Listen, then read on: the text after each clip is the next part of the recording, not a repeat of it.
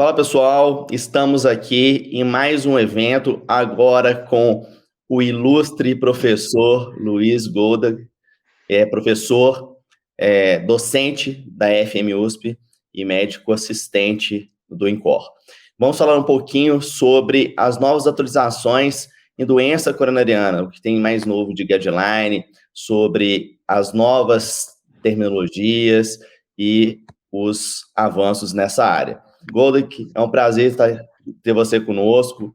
Muito obrigado por ter você aqui nos abrilhantando com informações, atualizações sobre esse tema tão relevante na área de saúde. Ô, Vilela, que bom participar desse evento. Eu preciso agradecer ao Laboratório Servier que me dá essa oportunidade de participar de uma cardioaula. Eu não me lembro de participar de uma cardioaula, a gente já fez alguns eventos online diversos, mas uma cardioaula, eu acho que é a primeira vez. Que bom te ver. E nesses tempos de pandemia é o que nos resta, manter a educação médica continuada, a discussão científica nos valendo dessas tecnologias que nós aprendemos a usar, mas eu tenho certeza que logo a gente vai estar junto para poder discutir mais olho no olho, fazendo interação, discutindo ciência para o melhor tratamento para o nosso paciente. Obrigado pelo convite. Quem tiver a oportunidade de assistir uma palestra ao vivo do professor Goldar, tem que ir, porque é sensacional, pessoal.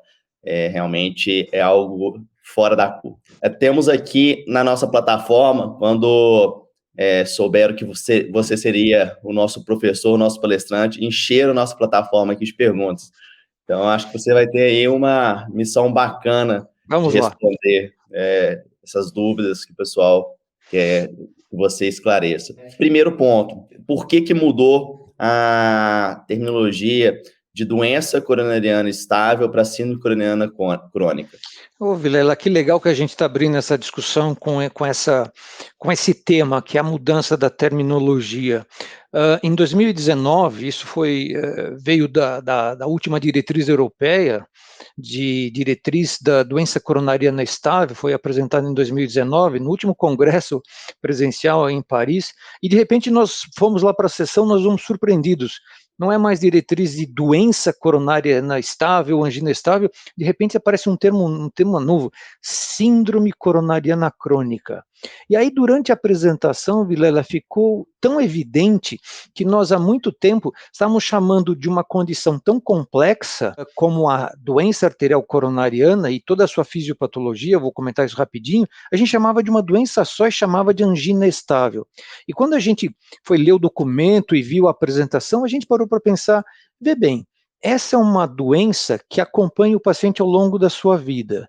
É uma doença, portanto, crônica, mas ela pode ter alguns momentos ao longo dessa história natural de instabilização. Esse paciente pode abrir o seu quadro com uma síndrome coronariana aguda, que é um termo que a gente já usava, ele pode aparecer como angina estável, esforço induzida, e ao longo desse caminho ele pode ter uma síndrome coronariana aguda. Esse é o ponto 1. Ponto 2, a apresentação clínica pode ser variável. Eu posso ter pacientes com angina esforço induzida, pacientes com angina de repouso, pacientes com equivalente anginoso, e eventualmente um paciente que abre a sua história com uma síndrome coronariana aguda, uma morte súbita. Tomara que a gente conseguisse abortar todas as mortes súbitas. E esse é o segundo ponto. E o terceiro, quando a gente pensa na fisiopatologia, né, Vilela, dessa agora síndrome, porque a gente, por muito tempo, a gente aprendeu a angina estável, como a gente chamava, a doença coronariana crônica, é uma doença dos vasos maiores. É uma questão de ter a placa aterosclerótica, ela se torna obstrutiva, existe uma queda de fluxo ou um não aumento proporcional de fluxo em situações de maior demanda, se estabelece a isquemia, o paciente tem angina. Então é um raciocínio muito linear. Eu tenho angina ou eu tenho isquemia, eu devo ter uma obstrução, vamos procurar essa obstrução e resolver essa obstrução através da angioplastia ou de uma cirurgia de revascularização. Mas aí a gente começa a entender, né, Vilela, que tem pacientes que têm obstrução e não têm isquemia, e tem um grande universo de pacientes com isquemia sem obstrução. E aí chamando atenção para outros componentes da fisiopatologia da isquemia miocárdica, como a doença microvascular, angina microvascular, por disfunção microvascular, vem ganhando um espaço cada vez maior, e o próprio vasoespasmo. E sabe, Vilela, só para fechar esse tópico, o mais bonito, ou talvez o mais até desafiador, é que esses três mecanismos, a doença epicárdica por uma estenose fixa, disfunção microvascular e o vasoespasmo, eles podem coexistir no mesmo paciente. Então, tornando a estratégia tanto terapêutica quanto de seleção do paciente para intervenção um desafio. Então, eu acho que esse nome cai perfeitamente. Nós já tínhamos a síndrome coronariana aguda, e agora, na história natural desse paciente, nós temos o quê? A síndrome, múltiplos sinais e sintomas, múltiplos aspectos fisiopatológicos, coronariana crônica. Eu achei isso um show. Muito bom. Como você disse, realmente um desafio. Para ilustrar, no nosso ambulatório de cardiologia, teve um paciente que ele se queixava muita dispneia aos esforços. Ele falava que ele ia na loteria, um paciente de 68 anos, na casa dele ele tem que subir uma ladeira. E que até então, no último ano, ele começou a ter dificuldade para subir essa ladeira, né? Teria que parar por conta de dispneia. E no nosso ambulatório, nós pegamos esse paciente e começamos a estudá-lo. Prova pulmonar, teste de esforço, eco, tudo normal. Nós fizemos para esse paciente uma cintilografia do miocárdio e a cintilografia ela veio isquêmica, em parede anterior. Esse paciente foi para o CAT liso, com a cintilografia isquêmica. Então, com isso, nós podemos ver ali a doença microvascular, né? E o interessante é que nesse paciente, nós conversamos sobre, né, as indicações de trimetazidina, né, sobre isquemia e tudo, mas que ele estaria fora daquele perfil que está nos estudos. E nós iniciamos a trimetazidina com ele, fizemos um documento, livro esclarecido, tudo. Esse paciente, ele voltou no ambulatório depois e falou assim, agora eu faço aquela minha caminhadinha, eu vou na minha loteria fazer meu jogo sem nenhum tipo de dispneia. Então, é muito interessante, né?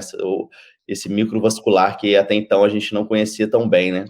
Ô, Vilela, mas eu fico tão feliz quando eu escuto um caso tão bem descrito, tão bem conduzido como esse que você apresentou, pelo seguinte: primeiro, parabenizar quem conduziu o caso por ter suspeitado de que aquele sintoma poderia ser uma manifestação de síndrome coronariana crônica, porque sabe, Vilela, muitas vezes nem o paciente reconhece que aquele desconforto, aquela limitação pode significar uma condição cardiovascular, por exemplo, e às vezes o médico também não a reconhece.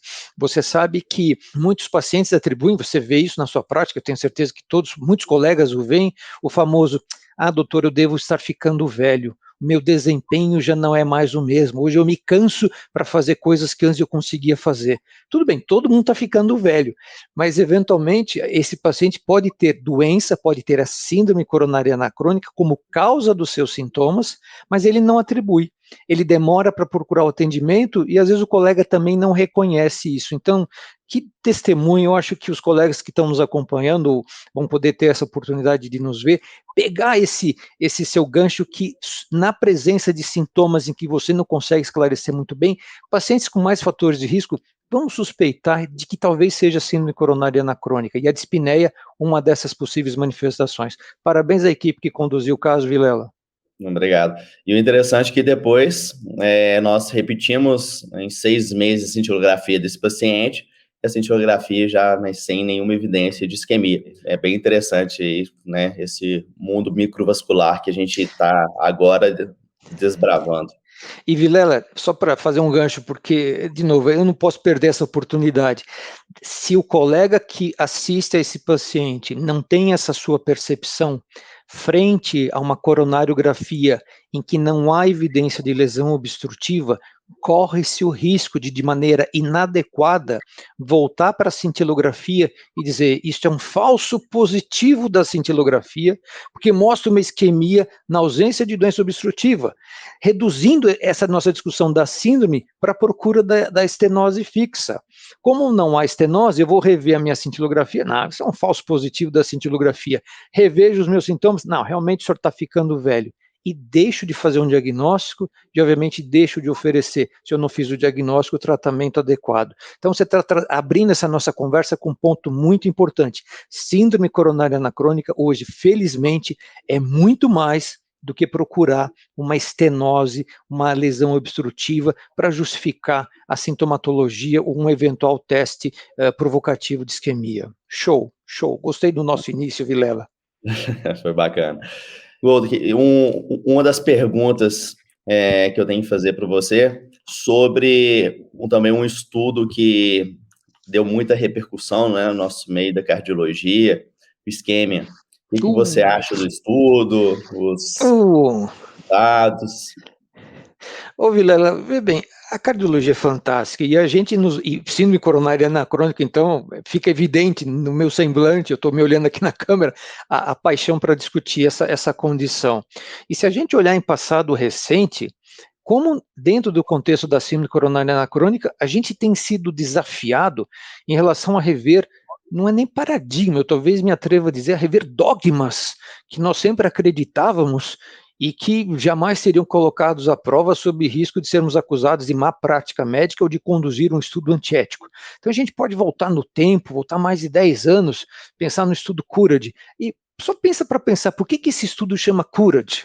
Coragem, porque realmente é um estudo audaz, quer dizer, imagina, pegar pacientes com doença coronária anacrônica, encaminhar para uma angioplastia ou não, mantém tratamento clínico.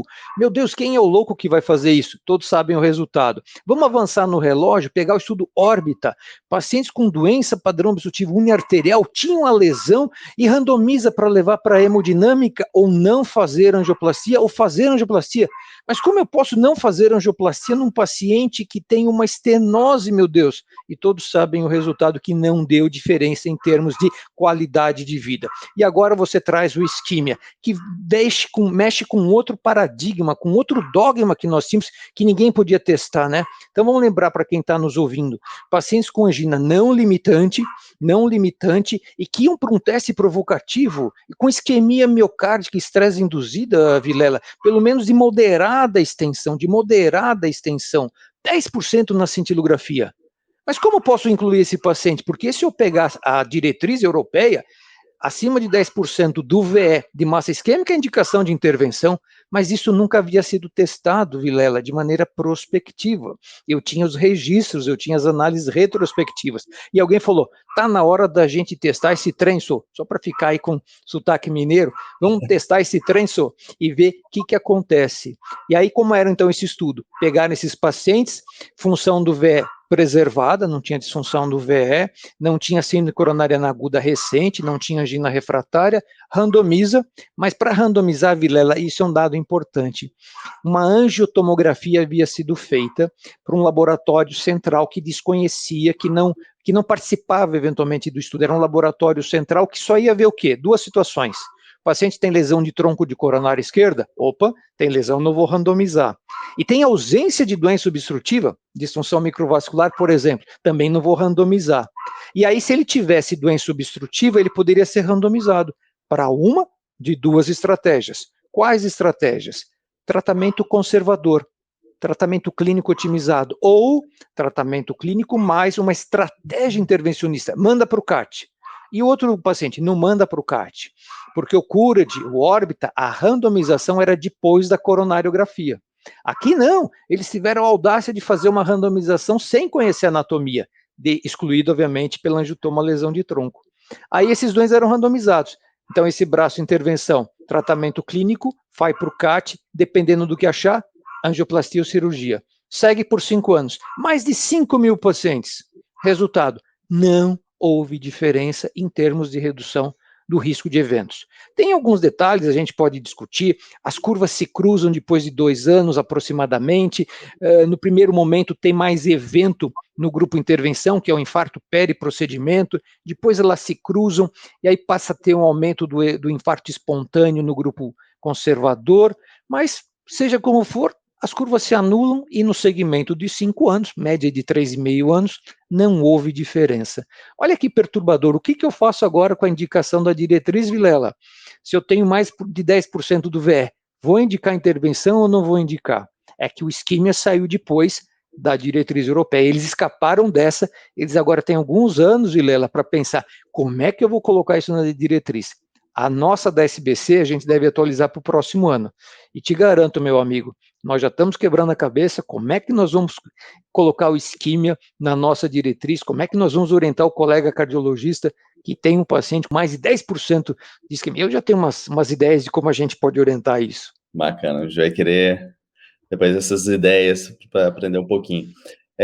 Eu me lembro que quando eu estava fazendo faculdade e estava naquele ápice da angioplastia, né, a cardiologia intervencionista, um professor meu, inclusive ele já não está entre nós, mas ele chegou e falou assim: pessoal, vocês não fiquem deslumbrados com isso, porque isso não é tratamento, a gente está criando uma outra doença no paciente. Então, quando a gente coloca um corpo estranho, a gente está criando uma doença. Eu fico em dúvida se aquela placa que ela cresceu, formando a capa de cálcio estável, que a plaqueta já conhece ela, que ela cresceu ali devagarzinho no endotélio, se ela não é menos ofensiva do que, né, um stent que é um corpo estranho. E está vindo aí, né, esses estudos para poder nos provocar sobre isso. Vilela, eu estou te ouvindo e estou lembrando de algumas coisas. Eu tive a oportunidade de assistir algumas apresentações da doutora Virmani, que é uma patologista, e ela mostrava estudos pós-mortem em pacientes que tiveram morte de qualquer causa, inclusive cardiovascular, e que haviam sido submetidos a implante de stent. Quando você vê a apresentação do anátomo patológico, o que acontece com a coronária, com a desnudação do endotélio, a destruição da camada, você fica pensando, não é possível que isso funcione. Ela ficava assim, como é que isso pode não dar tanto errado? E obviamente não é a maioria que dá errado, então também não vamos tomar o cuidado. A angioplastia claramente tem o seu papel, na síndrome coronária aguda é uma estratégia salvadora de vidas, não se discute isso, mas na síndrome coronária anacrônica, Vilela, salvo naquele paciente com angina refratária e que você sabe que tem uma artéria relacionada, uma oclusão total crônica, uma artéria subocluída, e aí isso deve ter um papel, em qualquer outro contexto, meu amigo, tá ficando difícil da gente mostrar melhora de qualidade de vida e redução de eventos cardiovasculares, pelo menos na população geral, digamos assim. Então o seu professor estava certo. Legal. Temos perguntas aqui. Entre o paciente isquêmico anginoso e o paciente assintomático, existe diferença no que diz respeito a risco cardiovascular? Essa pergunta é interessante, Vilela, porque esse é um assunto que vai e volta, que é a questão da isquemia silenciosa versus o paciente que tem angina clinicamente manifesta. Como é que isso se compara? Se a gente voltar muito no tempo, se a gente voltar nos anos 80, nos anos 90, ninguém tinha dúvida, isquemia silenciosa colocava esse paciente em um grupo de maior risco de eventos, independente dele ter a manifestação clínica, a angina do peito. E também havia uma correlação, quanto maior a frequência, maior a duração dos episódios de angina, de isquemia silenciosa, maior o risco desse paciente.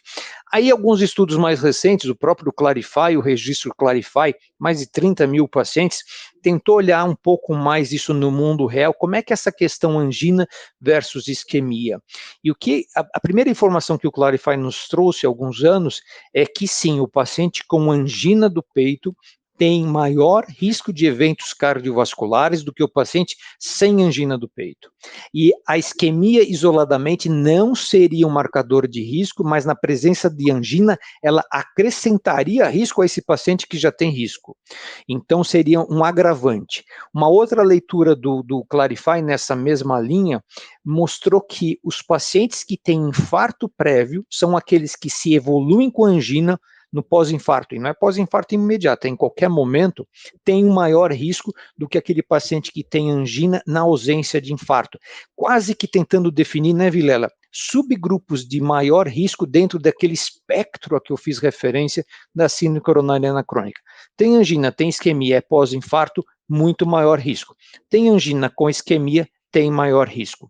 Mas sabe, Vilela, um dado interessante que se me permite, já que nós estamos conversando, também saiu esse ano e também vem desses grandes registros como Clarify, tudo bem, imagine que eu entre no registro com angina, e ao longo de um ano, o que acontece com essa minha angina? Eu posso resolver essa minha angina com tratamento clínico, a gente ainda não conversou sobre tratamento clínico, ou eu posso permanecer com angina.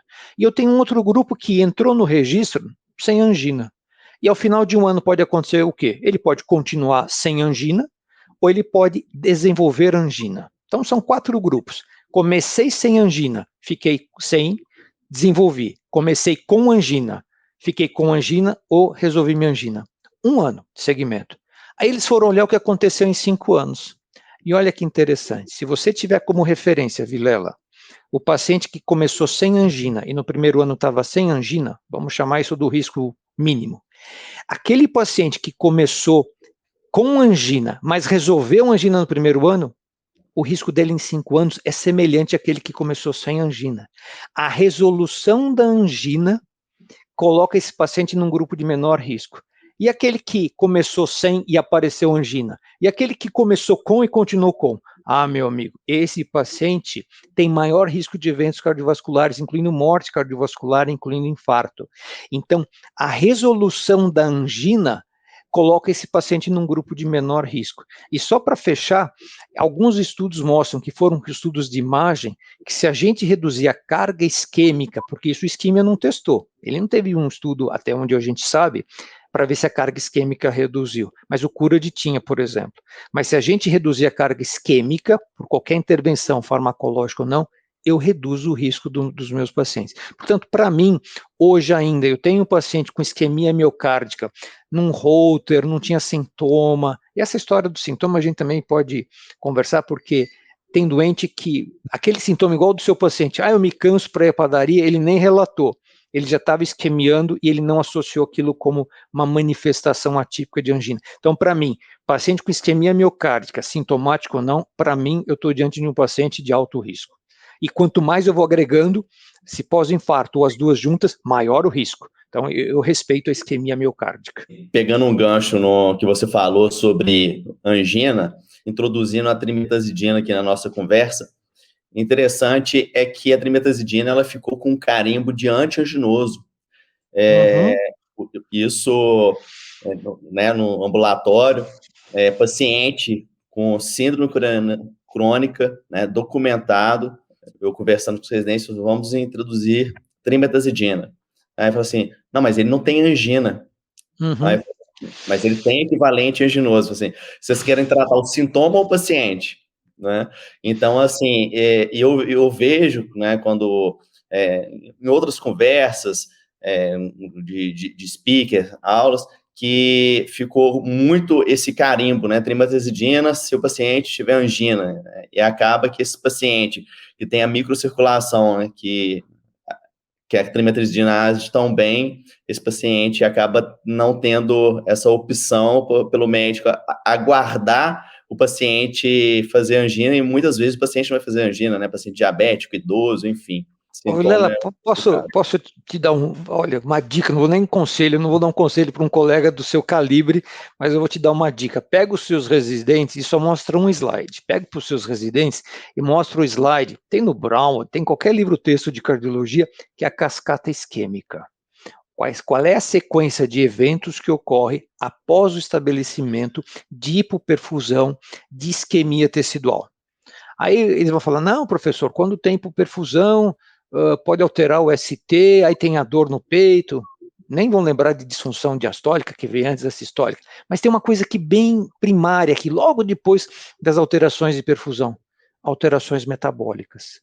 E a angina na cascata isquêmica está aqui em cima.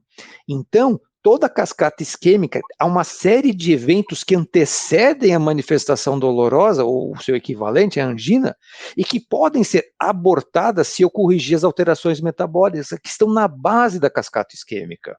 Então, pega esse diapositivo, mostra para os seus residentes a cascata isquêmica, aí você vai ver, vocês estão querendo tratar aqui em cima? E tudo que está acontecendo aqui antes, se eu tratar aqui embaixo, eu não vou ter aqui em cima. Então, isso é uma dica, mostrar a cascata isquêmica. Como você falou, ótimo, a gente está abortando a isquemia, eu não estou tratando a angina, eu estou abortando o processo que pode culminar ou não na sua forma clinicamente manifesta ou atipicamente manifesta, que é a angina.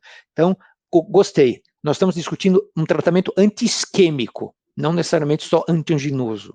Exato. Tem uma pergunta aqui: qual a sua conduta para diferenciar um paciente assintomático de um paciente autolimitado? E como que eu trato um paciente que tenha doença microvascular? Show. Essa é uma pergunta que a gente faz. Eu aqui no INCOR, Vilela, eu tenho um ambulatório que é um ambulatório de angina refratária. Então, aqueles pacientes que vêm em terapia tripla, que é o que o ambulatório habitual consegue oferecer aos nossos pacientes, beta-bloqueadores, antagonistas de cálcio e nitrato, e que permanecem sintomáticos, são encaminhados para o meu grupo. Eu tenho trimetazidina, eu tenho vabradina, eu tenho como otimizar ainda mais esse tratamento clínico. Mas quando a gente vai ver a historinha desse paciente, eu já chego no autolimitado, a questão do assintomático. O assintomático versus o autolimitado, que foi a pergunta do colega. Primeiro, obviamente, é a questão evolutiva. Dona Maria, seu João, seu José, tem alguma coisa que o senhor deixou de fazer hoje, desde que o senhor descobriu a sua doença, alguma coisa, em relação ao que o senhor fazia 1, 2, 3 anos atrás? O doente para assim, doutor, realmente faz tempo que eu não vou à feira ajudar a minha mulher. Faz tempo que eu não vou, que eu jogo uma bolinha no domingo com o meu filho, porque me canso fácil, eu fico meio ofegante, parece que a respiração trava e eu parei de jogar essa bola. O paciente mais jovem, doutor, faz tanto tempo que eu não namoro, mas a patroa até está reclamando, mas eu fico inseguro e vem aquela sensação, eu fico meio com medo e eu não estou namorando mais. Será que esse é um paciente assintomático ou autolimitado? E aí o colega vai perguntar, mas e dor no peito? O senhor não tem dor no peito? Doutor, não tenho dor no peito, não.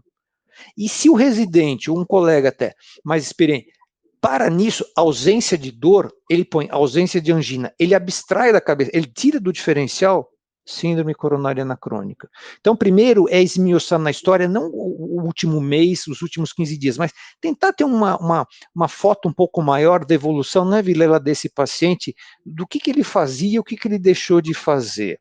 Então, essa é a primeira coisa. Tem muito doente que quando você aperta, alguma coisa aparece, igual aquele seu primeiro paciente do cansaço, estou ficando velho do cansaço. Então, isso é um cenário. E uma outra coisa importante, quando você, agora falando do tratamento, Vilela, porque às vezes a gente começa a tratar o paciente e a gente vê assim, redução das crises de angina. E você fica satisfeito. Puxa, o doente está tendo menos angina. Só que se você não perguntar se paralelamente à queda do número de episódios de angina, ele aumentou a sua capacidade física, eu tenho uma meia foto do que está acontecendo. Porque ele pode hoje ter menos angina porque se autolimitou. E aí você acha que é o sucesso do tratamento. Então, se o colega também não tivesse cuidado. Mas, seu João, dona Maria, depois que eu lhe dei esse remedinho, a dor, o seu desconforto melhorou? Nossa, doutor, realmente melhorou. E para por aí. Não, vá além. Mas o senhor hoje consegue, que bom, fico feliz, mas o senhor consegue hoje fazer coisas que o senhor não fazia antigamente? Ah, não, doutor, depois que eu descobri, eu estou quietinho. Mas, então, o tratamento não, o tratamento quer resgatar a sua qualidade de vida. E aí a gente tem dados com trimetazidina que mostram exatamente isso, Vilela. Então, a gente tem essa queda nas crises de angina, mas quando a gente olha a classe funcional de angina, a gente olha o tempo de caminhada, a tolerância ao esforço, ela aumenta inversamente proporcional a redução das crises de angina. Caem as crises de angina, aumenta a capacidade física. Não pode ser melhor do que isso. É isso que você quer. Então, obrigado por esse colega. Esse comentário é importante. Reduziu crise de angina, mas você tem que aumentar paralelamente ou inversamente a questão da atividade física. E se o doente tem doença microvascular? Vilela, vê bem. Daquela história que a gente começou, né? Síndrome coronariana crônica. Não interessa muito se eu tenho doença epicárdica como causa da minha isquemia, se eu tenho por vasoespasmo, se eu tenho por disfunção microvascular, ou se eu tenho um pouquinho de cada. Qual que é o denominador comum desses três grandes mecanismos? Isquemia miocárdica de quem? Da célula. A célula está isquêmica. A célula como um alvo terapêutico, e trimetazidina é o único agente que faz isso, independentemente do mecanismo fisiopatológico, esse doente deve ter benefício. Então, quando a gente olha em quem eu não usaria trimetazidina, do ponto de vista fisiopatológico, não existe esse paciente em quem eu não usaria trimetazidina. A gente pode discutir quando eu usaria, precocemente, tardiamente, mas esse paciente em quem eu não usaria, do ponto de vista fisiopatológico, Podemos discutir contraindicações, esse paciente não existe. Todo paciente com síndrome coronariana crônica é um potencial paciente para que a célula seja protegida contra imetazidina. O estudo das células é novo, né? Até então a gente não tinha tecnologia para entender, né, o intracelular. Acaba que isso gera dúvida, né, em todos nós em relação a como que a gente trata esse paciente que até então era aquele paciente que dava uma dor de cabeça para a gente no consultório, né? Paciente, você investiga, não acha nada, e o paciente se queixa e a doença está ali escondida no microvascular, né, no intracelular. E você sabe, Vilela, antes da gente passar para a próxima pergunta do colega, eu estou te ouvindo, estou me lembrando, porque você falou quando a gente não acha, perfeito, disfunção microvascular, mas se a gente voltar de novo no tempo do CURAD, mesmo quando a gente acha a lesão e a gente oferece angioplastia, se a gente pegar uma publicação do CURAD em relação à qualidade de vida, proporção de pacientes livres de angina, eu fico besta quando eu vejo o resultado em 3 anos, por exemplo, me vem agora o número, a proporção de pacientes livres de angina, em qualquer braço, angioplastia ou terapia médica sem angioplastia, era em torno de 50%. Quer dizer, eu tinha quase metade dos meus pacientes em terapia entendida como ótima, que era o quê? Beta-bloqueador, antagonista de cálcio e nitrato, com angina do peito, tendo não uma angioplastia como se fosse uma doença intratável, incurável. E esses pacientes estão sofrendo. Se você pegar o órbita, depois da fase de randomização, também terapia tripla, beta-bloqueador, antagonista de cálcio e nitrato. 50% também estava em classe 3, classe 2, tendo angina do peito. Quer dizer, eu entendo que metabolismo pode ser um negócio meio assustador, meio complicado, mas se a gente entender esse conceito e lembrar, né, Vilela, como você está colocando, que a célula é esse denominador comum, essa vítima comum, não dá para deixar de não contemplar a célula, portanto, não dá de deixar de contemplar a trimetazidina em qualquer momento no tratamento desses pacientes. Exatamente. Muita coisa a gente ainda vai aprender, né? Igual, eu acredito que o endotélio tem muita coisa aí para a gente descobrir, a gente não está nem no início de descobrir o que pode vir por aí. Tem uma outra pergunta. Levando em conta que a diretriz europeia recomenda a associação de 2 estratégias terapêuticas medicamentosas, qual o momento ideal da associação de trimetazidina? Ok. Em inglês, né, que já falou da diretriz europeia, a gente responderia the sooner, the better. Quer dizer, quanto mais cedo, melhor. Mas deixa eu justificar isso. Felizmente, sabe, Vilela, que bom, essa pergunta, eu quero agradecer o colega, porque essa pergunta é muito bacana, no seguinte sentido, todo mundo aqui faz hipertensão de longa data, todo mundo trata insuficiência cardíaca, todo mundo trata diabetes. Vamos pegar na hipertensão. Eu sou bem mais velho que você e eu fui treinado hipertensão assim, passo a passo. Era passo a passo. A gente tinha um doente hipertenso, dava diurético em dose baixa. 3 meses depois o doente voltava, aí dobrava a dose do diurético. Mais 3 meses associava beta-bloqueador. Depois 6 meses dobrava a dose do beta-bloqueador. Ou seja, se levava 3 anos para trazer a pressão para o nível normal. Tinha que subir degrau, tinha esse gráfico nessa slide, degrau por degrau. Vê como é o algoritmo de tratamento da hipertensão hoje. Quem é o perfil do paciente? Diabético? Não diabético? Tem disfunção renal? Tem comorbidade? Combinação fixa? Logo de cara? Monoterapia quase você não usa. Quanto os colegas da área de hipertensão, Vilela, avançaram na individualização do tratamento, na combinação de fármacos com múltiplos mecanismos de ação para uma síndrome. Hipertensão é uma síndrome, múltiplos mecanismos fisiopatológicos. O fenótipo final é um só, elevação da pressão arterial, mas são múltiplos mecanismos e controle rápido da pressão arterial, vencer a inércia terapêutica. Tá bom. Agora faz um paralelo para a coronária, para chegar na diretriz europeia. A de 2013, primeiro passo, segundo passo, terceiro. Gente, os hipertensólogos estão muito à nossa frente. Quer dizer, o doente vem, começa com beta-bloqueador, não está bom, associa antagonista de cálcio, não está bom, soma os dois, não está bom, põe nitrato. Depois de 2 anos, a pressão está lá embaixo, o doente está cheio de efeitos colaterais e a angina não está controlada. É o melhor que nós temos. Pode parar tudo e reescrever isso. Bom, aí veio a nova diretriz. Aí eles mudaram, não é mais passo a passo. Minto, não é mais primeira linha, segunda linha. Ah, que bom. Como vai ser? Passo a passo. Mudam-se os nomes, o conceito está ali. Aí você vê assim, são vários perfis, né? Agora tem perfil. É terapia padrão, frequência alta, frequência baixa, tem insuficiência cardíaca ou tem pressão baixa. Linha de cima, beta bloqueador para todo mundo, antagonista de cálcio para todo mundo. Ou começa com um, ou começa com outro, associa e vê o que acontece. Tá bom.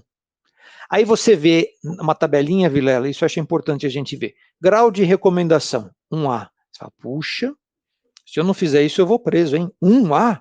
Poxa, 1A. Tem lá, você abre o começo da diretriz, é a evidência mais robusta, baseada em estudos randomizados, controlados, meta-análises, isso que. Aí você vai ler o texto, aí você cai do cavalo.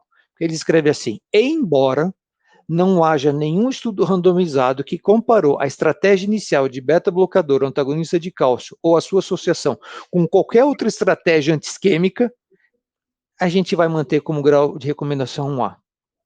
Então, eles reconhecem que não há evidência, mas eles mantêm 1A. Bom, outro problema, essa proposição, Vilela, não leva em conta aquilo que a gente estava discutindo.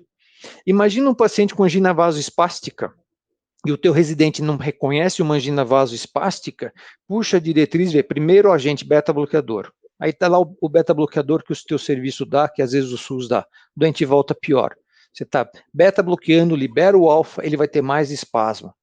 Aí ele faz uma associação beta-bloqueador, diltiazem, verapamil, porque o doente tem IC, deu beta-bloqueador, mas aí te deu diltiazem, porque a frequência estava alta, a frequência cai demais, faz um bloqueio, começa a ficar confuso. Onde está a individualização? Para fechar isto, aí eu achei ótimo. A diretriz abre uma brecha, Vilela, para essa individualização. A gente está chegando nos hipertensólogos. Eles falam assim: em pacientes selecionados, pode-se adotar uma estratégia de combinação precoce entre um beta-bloqueador ou um antagonista de cálcio, a trimetazidina ou ivabradina, dependendo do quê? Frequência cardíaca, pressão arterial e tolerabilidade. Por que as pessoas, por que esses estudos, os pacientes continuam tendo angina e eles não aumentam os beta-bloqueadores, antagonistas de cálcio nitrato? Porque a PA já está lá embaixo, a frequência está muito baixa, o doente não consegue ficar em pé porque tem tontura, é um velhinho que faz hipotensão ortostática. Então os europeus finalmente estão abrindo uma brecha, Vilela, para individualização, trazer esse benefício mais precoce. E também na diretriz não é para esperar 6 meses para reavaliar o seu doente. Eles falam o seguinte: eu não sei como você vai começar a tratar o seu doente. Beta-bloqueador com trimetazidina, beta-bloqueador com antagonista de cálcio, dependendo da pressão. Seja lá o que você fizer, 2. Não mais, não menos do que 2, não mais do que em 4 semanas, checa como está o seu doente. Traz de volta no consultório, faz uma teleconsulta. Não vai esperar 6 meses, Vilela. Esse doente está sofrendo.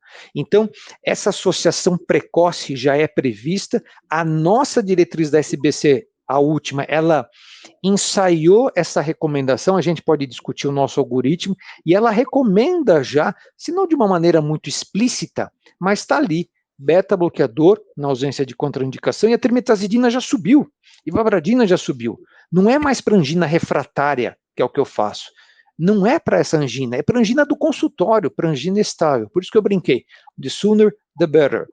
Controle mais rápido da angina, aumento da capacidade de esforço, com grande tolerabilidade.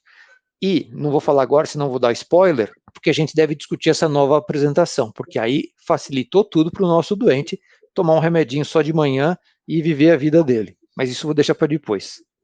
Não vai ser agora, porque, por incrível que pareça, tem essa pergunta do meu colega perguntando qual que é a diferença entre a trimetazidina LP80 da trimetazidina MR35.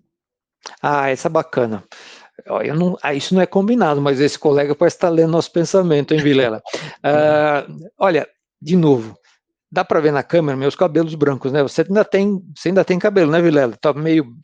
Tá caindo, mas ainda mas tem. Então, eu tenho tanto cabelo branco que eu ainda peguei trimetazidina de 20 miligramas. Você pode não saber, Vilela, mas existiu uma trimetazidina de 20 miligramas e era que eu usava quando a gente começou isso aqui no INCOR, 3 vezes ao dia. Eu tinha que tomar de manhã, tarde à noite, manhã, tarde à noite. Meu Deus, aí o doente esquecia da tarde, tinha angina, mas é o que a gente tinha. Aí veio de liberação intermediária, 35 miligramas, já melhorou muito, né, Vilela? Agora é só de manhã, só à noite. E eu já estava satisfeito, mas a gente podia mais. E aí, esse ano, no início desse ano, estava fazendo a conta quando foi o lançamento, chegou essa apresentação de duração, de liberação prolongada. E aí é uma festa, porque é um mecanismo único em que na cápsula você tem o sal, você tem a trimetazidina envolta de tal maneira que a liberação, quando atinge o trato digestório, se dá ao cabo de 24 horas. A liberação é prolongada. Porque, vê bem, a gente estava discutindo disfunção microvascular, angina vasoespástica. Paciente com angina vasoespástica, né, Vilela? Às vezes tem angina noturna. Eu não sei como foi BH aí, mas aqui em São Paulo, julho, mesmo agora nós estamos em novembro, ainda está meio friozinho, mas julho, tivemos noites muito frias. Eu ia para o meu ambulatório, os doentes, doutor, como eu tive dor essa noite, acordei com dor. Então, muitos pacientes com esse componente vasoespástico, nas noites mais frias que nós tivemos, acordavam com dor. Agora você dá uma cápsula, né, um comprimido, uma cápsula, 80 miligramas pela manhã, liberação prolongada nas 24 horas. O doente vai precisar lembrar de tomar a próxima no dia seguinte. Então, é um imenso avanço do ponto de vista tecnológico, essa liberação prolongada, são microgrânulos, diferente da de 35, uma comodidade posológica, um conforto para o paciente de tomar uma dose única pela manhã, e acima de tudo, né, Vilela, essa proteção nas 24 horas. Angina, ou antes, a isquemia miocárdica, pode ser imprevisível. Você pode receber um telefonema, ter um estresse mental agudo, você pode ter um sobressalto e desencadear episódio de angina, você pode acordar à noite com angina. Com esse medicamento, Vilela, para o médico e para o paciente, 24 horas de proteção, não tem muito como ser melhor do que isso. Exatamente, a posologia ajuda muito, né? Até pelo bem-estar do paciente, né? Tem Lógico. paciente que quando você reduz uma tomada, o paciente se sente melhor, né? Não tá tomando menos remédio, isso ajuda até na autoestima. E sabe, Vilela, desde o lançamento, isso se você me permite um testemunho, no consultório privado, que é onde a gente tem oportunidade, ainda no SUS eu tenho apresentação de 35, mas no consultório privado, todos os meus pacientes que vinham fazendo uso de 35, quando eu acenei com a possibilidade da troca de 80, 10 em 10 aceitaram a troca, exatamente por esse conforto, essa situação de, puxa, doutor, que bom, porque às vezes à noite ou eu viajava, ou eu tinha um compromisso social, chegava tarde em casa, ia cansado, ia dormir, esquecia de tomar o remédio da noite. Só de manhã, 10 em 10 aceitaram a minha troca sem questionamentos. Bacana. Sobre a trimetazidina, um colega está perguntando se pode ser utilizada para paciente com insuficiência renal moderada grave. E boa, porque aí me lembra uma outra situação. Às vezes a gente está conversando com um colega, então vão tirar de 35 do mercado. Não vão tirar de 35 do mercado, e isso é uma estratégia que a justificativa passa pela pergunta do colega. A gente sabe que trimetazidina não é nefrotóxica, muito pelo contrário, existem alguns trabalhos mostrando nefroproteção em alguns cenários, como durante exames à base de contraste iodado, mas ela é de excreção renal, ela não é nefrotóxica, mas é de excreção renal. Então, existe uma previsão em bula de um ajuste posológico em função do grau de disfunção renal. Então, se você pegar a taxa de filtração glomerular como referência, acima de 60 ml minuto, dose plena 80 miligramas dia. Se você tiver uma taxa de filtração glomerular entre 30 e 60 miligramas dia, redução de dose. 35 miligramas, mas olha que interessante, igualmente dose única. Abaixo de 30 ml minuto, você não deveria considerar o uso, isso inclui o paciente dialítico. Então, olha que interessante, de todo jeito, ficou tratamento em dose única. Se o paciente tem taxa de filtração glomerular acima de 60, 1 de 80. Se tem entre 30 e 60, 1 de 35. Ficou fácil para todo mundo, dependendo da função glomerular, da função renal. Ou 1 de 80 ou 1 de 35. Se taxa de filtração abaixo de 30, então por isso que o de 35 não saiu. E por favor, não partam a cápsula. Se você partir a cápsula, você destrói esse sistema de liberação prolongada. Então não é para partir a cápsula. Boa lembrança. Um outro colega perguntou, após as recentes diretrizes, enfim, qual lugar que o nitrato deve ter na prática clínica? Então, vamos só separar Uma coisa que eu acho que jamais vai mudar é o papel dos nitratos de ação rápida, dos nitratos de ação curta para alívio sintomático durante o ataque, durante a crise de angina. Então, esse é um ponto pacífico. O paciente está tendo um episódio de angina do peito, ou ele antecipa que aquela atividade vai lhe provocar angina, tem doente que usa o nitrato sublingual preventivamente por uma ação que ele já sabe que ele vai ter, uma atividade que ele já sabe que vai desencadear angina, ou durante a crise de angina. Esse é um cenário. Agora, nitratos de ação prolongada. Sabe, Vilela, isso é muito interessante. Você me permite fazer uma outra analogia? A gente vai ficando velho, a gente gosta de comparar as coisas do passado. Porque eu falei de hipertensão, vamos falar um pouquinho de insuficiência cardíaca. Quando eu era residente de cardiologia no INCOR, não sei quando foi o seu treinamento, mas você lembra que a prescrição de um paciente com insuficiência cardíaca começava com digoxina. Aí, se a gente não prescrevesse digoxina para um paciente com insuficiência cardíaca, nossa senhora, então era digoxina, furosemida, e estava começando IECA na minha época, e se você prescrevesse beta-bloqueador, você era expulso da residência. Tudo bem que o que a gente ainda era propranolol, mas começava com digoxina. Reveja os seus últimos pacientes com insuficiência cardíaca, qual foi aquele que você usou de digoxina em favor de outras medicações que tiveram um perfil de controle de sintomas e de redução de eventos mais adequado. Então, digoxina não saiu, não foi eliminada do universo terapêutico, mas você vê que ficou num nicho muito pequeno. Quando você olha agora na doença coronária, qual é a digoxina da doença coronária? São os nitratos de ação prolongada. Então, quando a gente tinha um doente com, naquela época, angina estável, a prescrição começava com algum nitrato de ação prolongada. Aí a gente tinha que lidar com o fenômeno de tolerância, tinha que lidar com interação medicamentosa, tinha que lidar com efeito adverso, todo mundo se queixava de dor de cabeça, e aí mais recentemente, os inibidores da fosfodiesterase, o doente quer melhorar da angina para poder namorar, mas aí não pode tomar o inibidor da fosfodiesterase porque tomou o nitrato, e estava por aí. Aí alguns poucos estudos, sabe, Vilela, sedimentaram um rebaixamento, vamos colocar assim, dos nitratos, que foram alguns estudos de desfechos clínicos, foram poucos, mas havia um sinal de que eventualmente o nitrato de ação prolongada poderia levar, se usado continuamente, àquela disfunção endotelial que você fez referência há algum tempo. Poderia piorar, o mecanismo é meio mal entendido ainda, a disfunção endotelial e aumentar o risco de eventos. Então, quando foi na nossa diretriz da SBC, isso não é unânime entre as diretrizes, nós rebaixamos os nitratos de ação prolongada, eles não foram banidos, obviamente, eles foram rebaixados em favor de outras estratégias mais eficazes do ponto de vista de clínica, de controle de sintomas, porque não levam a fenômeno de tolerância, onde a eficácia antianginosa antisquêmica pode ficar prejudicada nos nitratos, com melhor perfil de segurança e tolerabilidade, e sem esse sinal de que talvez aumentasse o risco de eventos. Então, na nossa diretriz, eles foram rebaixados, eles estão como uma terceira linha, isoladamente, depois de beta-bloqueador, antagonista de cálcio, os nitratos, ivabradina e trimetazidina. Os nitratos desceram. Você disse sobre a insuficiência cardíaca e me deu um feedback do tratamento do meu avô.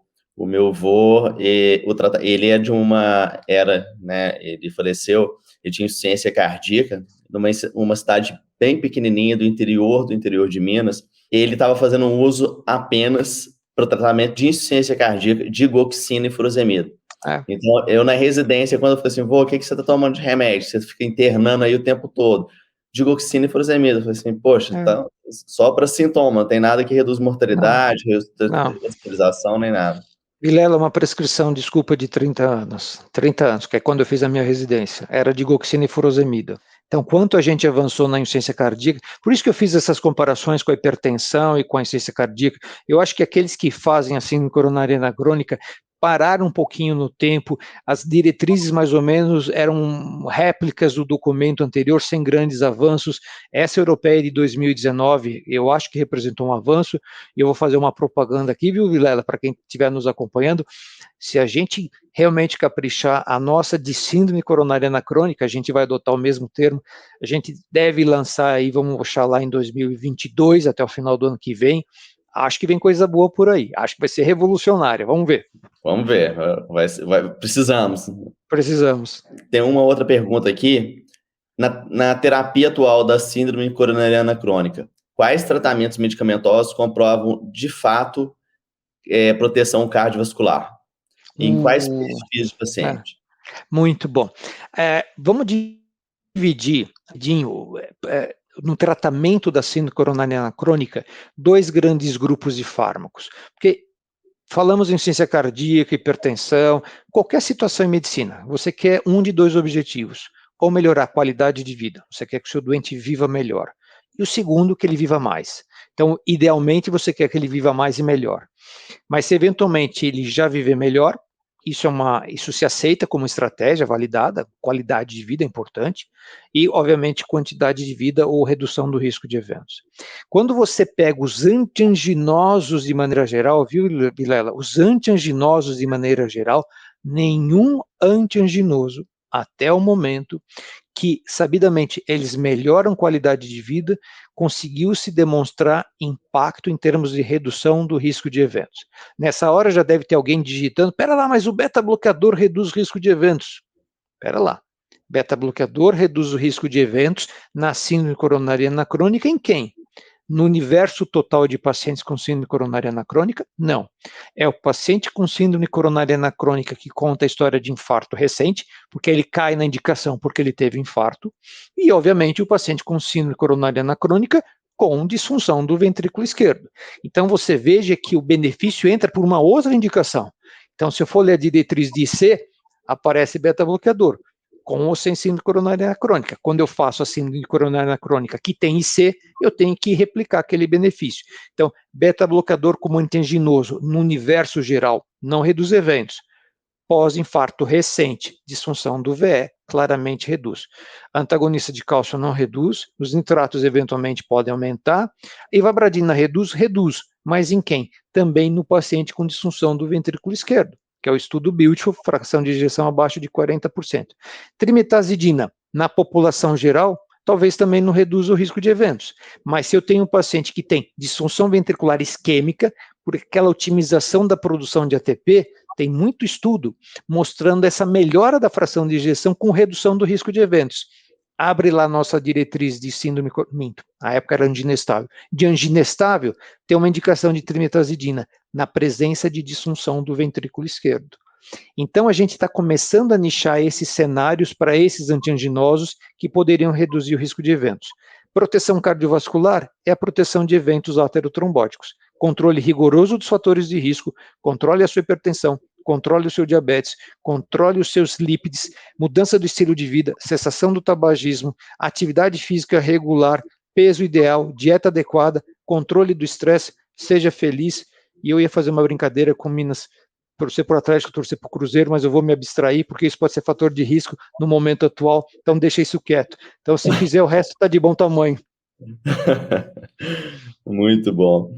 Tem uma pergunta aqui, o colega está perguntando, após a resolução dos sintomas de angina, por quanto tempo deve permanecer a trimetazidina? Já posso retirar assim que o paciente melhorar da angina? Pode, e é o que vai acontecer, a angina vai voltar. Então, a resposta é não suspenda. Porque, veja bem, eu estou brincando, mas isso é uma pergunta que acontece no dia a dia. Se você tem um paciente hipertenso e que você traz a pressão para o seu alvo terapêutico, seja ele qual for, 120 por 80, controlada, você retira o antihipertensivo, você tem uma estratégia para controle dos níveis de LDL e colesterol, seja qual for sua meta. Você atingiu a sua meta, você suspende o agente hipolipemiante.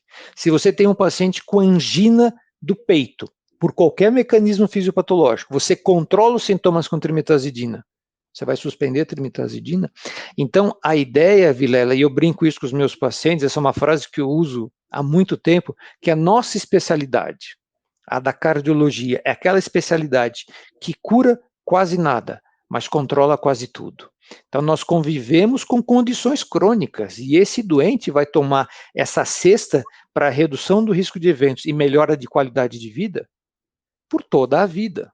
por toda a vida. Essa é a leitura que eu faço, e quando você explica isso para o paciente, eles acabam entendendo, Um outro não gosta, por toda a vida, eu até brinco, não, o senhor está com 60 anos, toda a vida é muito, vamos deixar por mais uns 40, aí a gente suspende. 40 anos, doutor? Aí a gente suspende. Então, para aliviar um pouco esse conceito de por toda a vida, mas eu não suspendo. Para a gente finalizar, porque já vai fazer 1 hora que nós estamos aqui, parece que tem 5 minutos. É tão gostoso conversar com você, o seu conhecimento, que se deixar, a gente vai querer ficar aqui até amanhã. A gente faz a parte 2 depois. Então, para finalizar, um colega está pedindo para poder explicar um pouco da trimetazidina, como que é o mecanismo metabólico, que ele não conhece tão bem. Vamos lá. Essa é a última pergunta. Essa vai me exigir alguns minutos, mas vamos lá, Vilela. Bem, eu vou tentar simplificar para o colega 1 hora de conversa aqui para não cansar. Em condições normais, o cardiomiócito para a produção de ATP, ele se vale de alguns substratos energéticos, fundamentalmente ácidos graxos livres e glicose. Corpos cetônicos também pode ser, mas vamos deixar entre ácidos graxos livres e glicose. Preferencialmente numa situação de normóxia, de normoperfusão, ele usa mais o ácido graxo livre, 60%, 70% da produção de ATP vem do ácido graxo livre, porque na oxidação do ácido graxo livre eu produzo muito ATP, mais do que na oxidação da glicose. Perfeito, mas tem um problema. Oxidar o ácido graxo livre consome muito oxigênio. Mas numa situação de normóxia, de normoperfusão, se o oxigênio está sobrando, queimo o que eu tenho de oxigênio para produzir muito ATP.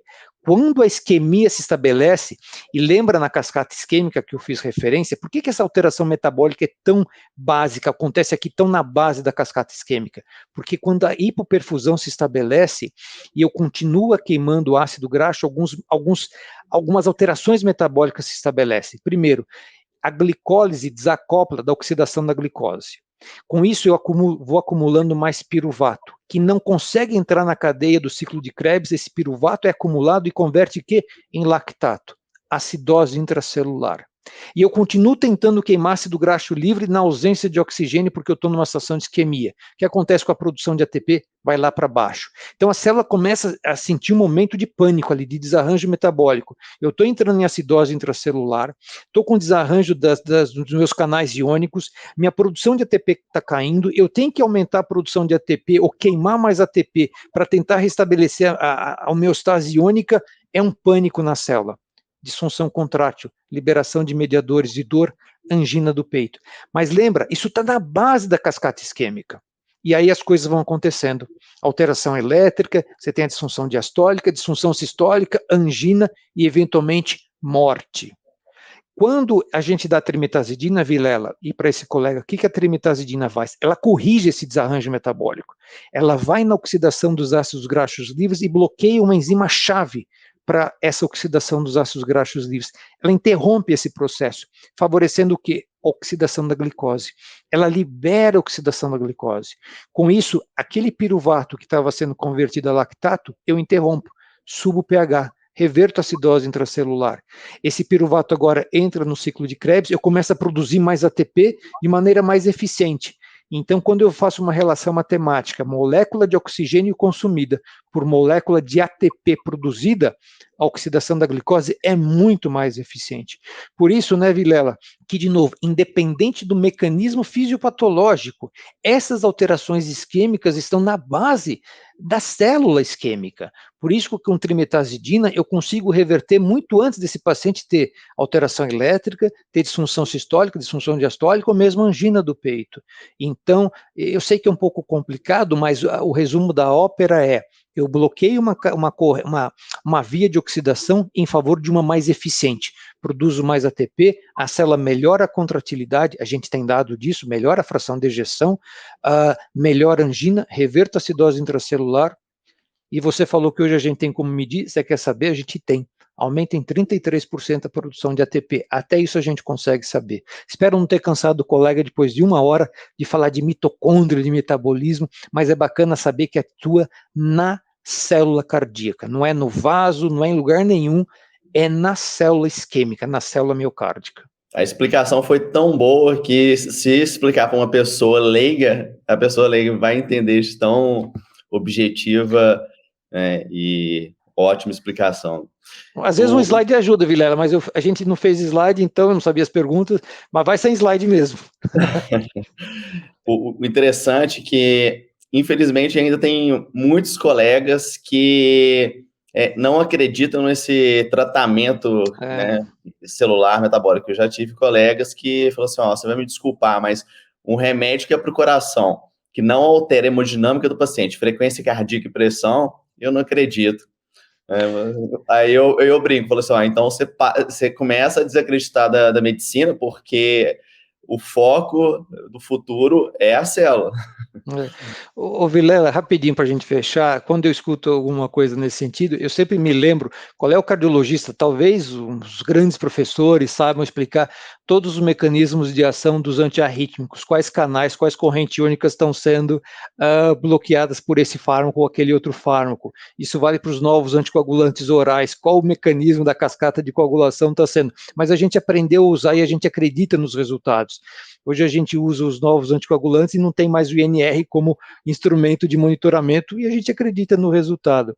E só para fechar, eu não sei se em BH o pessoal gosta de correr, faz muito esporte aí, porque trimetazidina, para esse colega que eventualmente não acredita nessa ação metabólica, é um agente que foi banido, está na lista de medicamentos banidos pelo Comitê Olímpico Internacional, porque melhora tanta performance, porque melhora a produção de ATP, previne essa acidose, essa produção, acúmulo de lactato, que o atleta que usa trimetazidina e ela é excreção renal pode ser pego no doping e ele tem punição, isso é doping. Então, pode não acreditar muito na ciência, mas se acreditar no Comitê Olímpico Internacional, trimetazidina é doping, porque melhora a performance. Então, se alguém quiser correr em BH, quiser tomar trimetazidina...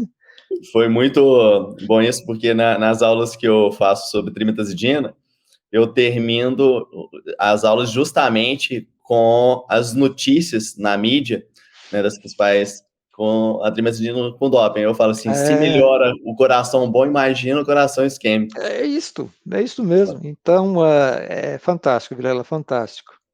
Muito obrigado pela Poxa, que bom, presença. Foi divertido.